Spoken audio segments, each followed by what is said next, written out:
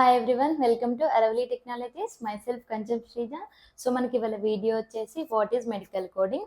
So మనం medical coding అంటే ఏంటి అనేది తెలుసుకుందాం. సో ఇక్కడ మెడికల్ కోడింగ్ అనగానే నార్మల్గా మనకి కోడింగ్లో ఏముంటుంది, మనకి ప్రోగ్రామింగ్ లాంగ్వేజెస్ అనేటివి యూజ్ చేస్తుంటాము. సో దీంట్లో కూడా మనం యూజ్ చేస్తామా అంటే మనకి మెడికల్ కోడింగ్లో ఎటువంటి ప్రోగ్రామింగ్ లాంగ్వేజెస్ యూజ్ చేయము. సో మరి ఎలా మెడికల్ కోడింగ్ చేస్తాం, ఎలా కోడింగ్ అనేది చేస్తామంటే మనకి ఆల్ఫా న్యూమరికల్ కోడ్స్ అనేటివి ఉంటాయి.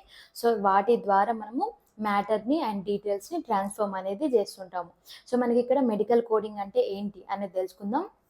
నార్మల్గా పేషెంట్ యొక్క హెల్త్ కేర్ ఇన్ఫర్మేషన్ ఉంటుంది కదా, లైక్ మెడికల్ ప్రొసీజర్ కావచ్చు, టైప్స్ ఆఫ్ డిసీజెస్ కావచ్చు, లేదంటే మెడికల్ ఎక్విప్మెంట్ కానీ, మెడికల్ సర్వీస్ కానీ.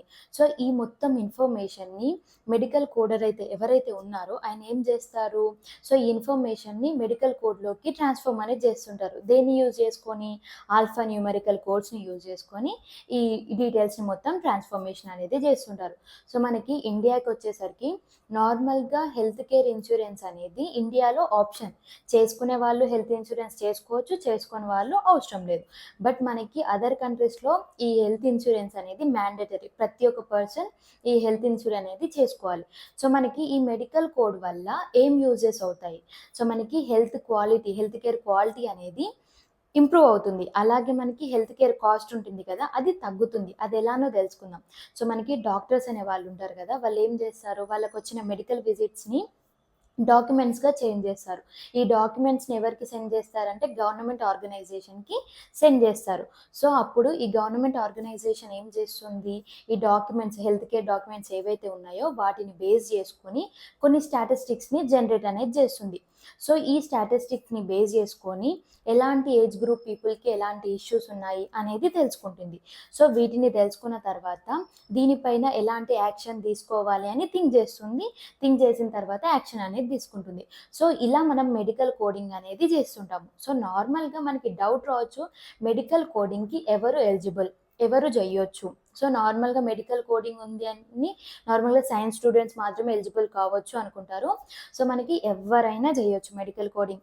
ఏ బ్యాక్గ్రౌండ్, సైన్స్ బ్యాక్గ్రౌండ్ అయినా చేయొచ్చు, మ్యాథ్స్ అయినా చేయొచ్చు, బీటెక్ అయినా చేయొచ్చు, ఎవరైనా ఎలిజిబులే. కానీ ఇక్కడ ఏంటంటే సైన్స్ స్టూడెంట్స్ వాళ్ళకి మెడికల్ కోడింగ్ అనేది ఈజీ ఉంటుంది. ఎందుకంటే వాళ్ళకి ఈ టర్మినాలజీ ఆల్రెడీ తెలిసి ఉంటుంది కాబట్టి ఈ మెడికల్ కోడింగ్ అనేది ఈజీ ఉంటుంది. బట్ మనకి మ్యాథ్స్ స్టూడెంట్స్కి ఈ టర్మినాలజీ అనేది తెలియకపోవచ్చు, కాబట్టి వాళ్ళకి కొంచెం టఫ్ అనేది ఉంటుంది. బట్ ప్రతి ఒక్కరు మెడికల్ కోడింగ్కి ఎలిజిబులే. నార్మల్గా చూసుకుందాం, మనం మ్యాథ్స్ వాళ్ళు యూజ్ చేసే టెర్మినాలజీ ఉంటుంది కదా, అది సైన్స్ వాళ్ళకి అర్థం కాదు. సైన్స్ వాళ్ళు యూజ్ చేసే టెర్మినాలజీ అనేది మ్యాథ్స్ వాళ్ళకి అర్థం కాదు. సో కాబట్టి మెడికల్ కోడింగ్ అనేది సైన్స్ స్టూడెంట్స్కి బెస్ట్ అని నేను చెప్తాను. ఎందుకంటే వాళ్ళకి టెర్మినాలజీ అనేది ఐడియా ఉంటుంది కాబట్టి వాళ్ళకి ఈజీ. ఈ మెడికల్ కోడింగ్ యొక్క డ్యూరేషన్ ఏంటి అంటే మనకి 2 to 3 months డ్యూరేషన్ అనేది ఉంటుంది. సో అలాగే ఎవరైతే మెడికల్ కోడింగ్ తీసుకుంటారో ఒక 5 to 6 hours పర్ డేలో దానిపైన సెల్ఫ్ స్టడీ అనేది చేస్తే మనకి ఆపర్చునిటీస్ అనేటివి బాగుంటాయి.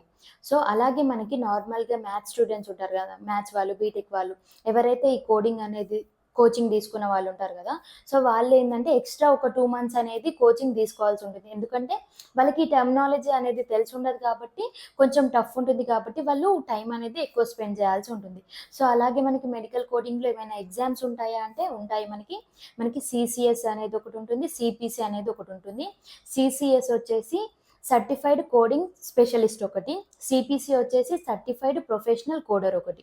సో మనకి ఈ 2 ఎగ్జామ్స్ ఉంటాయి. ఈ 2 ఎగ్జామ్స్ అనేటివి హైదరాబాద్లో ఇంకా మనకి ముంబైలో ప్రతి 2 monthsకి ఒక్కసారి ఈ ఎగ్జామ్స్ అనేటివి జరుగుతుంటాయి. మనకి ఈ ఎగ్జామ్ రాయడానికి ఒక 40,000 to 50,000 ఖర్చు అవ్వచ్చు. సో మనకి ఇక్కడ ఈ సర్టిఫికేషన్స్ అనేటివి మ్యాండేటరీనా, ఇంపార్టెంటేనా అంటే అవును, మనకి ఇంపార్టెంటే. నార్మల్గా మనం జాబ్స్ చేస్తాం కదా, మెడికల్ కోడింగ్ జాబ్స్ అనేటివి చేస్తాం కాబట్టి రెజ్యూమ్లో మనము వీటిని మెన్షన్ చేసుకుంటే మనకి ఆపర్చునిటీస్ బాగుంటాయి. అలాగే మనకి జాబ్ స్కోప్ అనేది ఎక్కువ ఉంటుంది. సో మనకి ఈ ఎగ్జామ్స్ యొక్క ప్యాటర్న్ ఏంటి, అది ఎలా ఉంటుంది అనేది తెలుసుకుందాం. సో మనకి ఎగ్జామ్ వచ్చేసి 150 marks ఉంటుంది.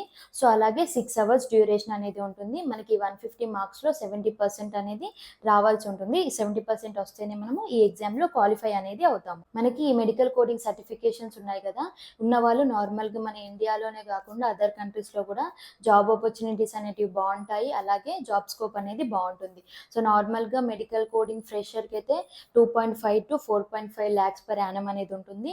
లేదు నార్మల్గా 2 to 6 years ఎక్స్పీరియన్స్ ఉన్న వాళ్ళకి 4.5 to 8 lakhs per annum అనేది ఉండొచ్చు.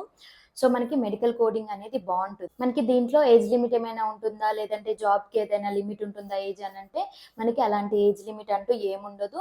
మనకి నార్మల్గా ఏ ఏజ్ వాళ్ళైనా ఈ కోచింగ్ అనేది తీసుకోవచ్చు. అలాగే మనకి జాబ్కి వచ్చేసి 25 to 40 ఇయర్స్ ఉన్న వాళ్ళు ఎలిజిబుల్ అయి ఉంటారు. మనం మెడికల్ కోడింగ్ అంటే ఏంటి, దాని సర్టిఫికేషన్స్ ఏంటి, దానికి ఎలాంటి ఎగ్జామ్స్ ఉంటాయి, సో డ్యూరేషన్ ఏంటి అనేది ప్రతి ఒక్కటి తెలుసుకున్నాం కదా. సో మనకి మెడికల్ కోడింగ్ ఇన్స్టిట్యూట్స్ ఎక్కడ ఉంటాయి, మనం ఎక్కడ నేర్చుకోవాలంటే మనకి హైదరాబాద్లో చాలా ఏరియాస్లలో ఈ కోడింగ్ ఇన్స్టిట్యూట్స్ అనేవి ఉంటాయి. మనం ది బెస్ట్ ఏంటి, ది బెస్ట్ ట్రైనింగ్ ఇన్స్టిట్యూట్ని చూస్ చేసుకొని మనం జాయిన్ అవ్వచ్చు అండ్ నేర్చుకోవచ్చు. మనకి వన్ మోర్ థింగ్ ఇంపార్టెంట్ ఏంటి అంటే మనకి గ్యాప్ ఉంటుంది కదా, ఎడ్యుకేషనల్ బ్యాక్గ్రౌండ్లో గ్యాప్ ఉన్న వాళ్ళు చేయొచ్చా అంటే ఎస్ చేయొచ్చు. ఎంత గ్యాప్ ఉన్నా కూడా చేయొచ్చు. మనకి 2 to 5 ఇయర్స్ వరకు మనకి ఎడ్యుకేషనల్ బ్యాక్గ్రౌండ్లో గ్యాప్ ఉన్నా కూడా మెడికల్ కోడింగ్కి ఎలిజిబుల్ ఉంటారు. జాబ్స్ కూడా మనకి జాబ్ ఆపర్చునిటీస్ కూడా బాగుంటాయి. మనకి ఇక్కడ ఎవరైనా చేయొచ్చా, ఏ బ్యాక్గ్రౌండ్ ఉన్న వాళ్ళైనా చేయొచ్చా అంటే మ్యాథ్స్ ఉన్న వాళ్ళు చేయొచ్చు, బీటెక్ ఉన్న వాళ్ళు చేయొచ్చు, సైన్స్ ఉన్న వాళ్ళు చేయొచ్చు, ప్రతి ఒక్కరు చేయొచ్చు. బట్ ఇక్కడ ఏంటి అంటే నేనైతే రిఫర్ చేస్తాను ఏంటంటే సైన్స్ వాళ్ళు చేస్తే బాగుంటుంది. ఎందుకంటే ఆల్రెడీ వాళ్ళకి టర్మినాలజీ అనేది తెలిసి ఉంటుంది కాబట్టి కొన్ని బెనిఫిట్స్ అనేటివి ఉంటాయి. ఈజీగా అర్థమవుతుంది, టర్మినాలజీస్ ఏముంటుంది కాబట్టి ఈజీగా అనేది అర్థమవుతుంది. మీకు తెలిసిన సైన్స్ స్టూడెంట్స్ ఉంటారు కదా, వాళ్ళకి వీడియోని షేర్ చేయండి. అండ్ మీకు ఈ వీడియో నచ్చినట్లయితే లైక్ చేయండి, షేర్ చేయండి, కమెంట్ చేయండి. కమెంట్ చేయడం వల్ల మీ వల్ల ఇంకా కొందరికి రీచ్ అవుతుంది. అండ్ మనం నెక్స్ట్ వీడియోలో మాట్లాడుకుందాం. And subscribe to my channel.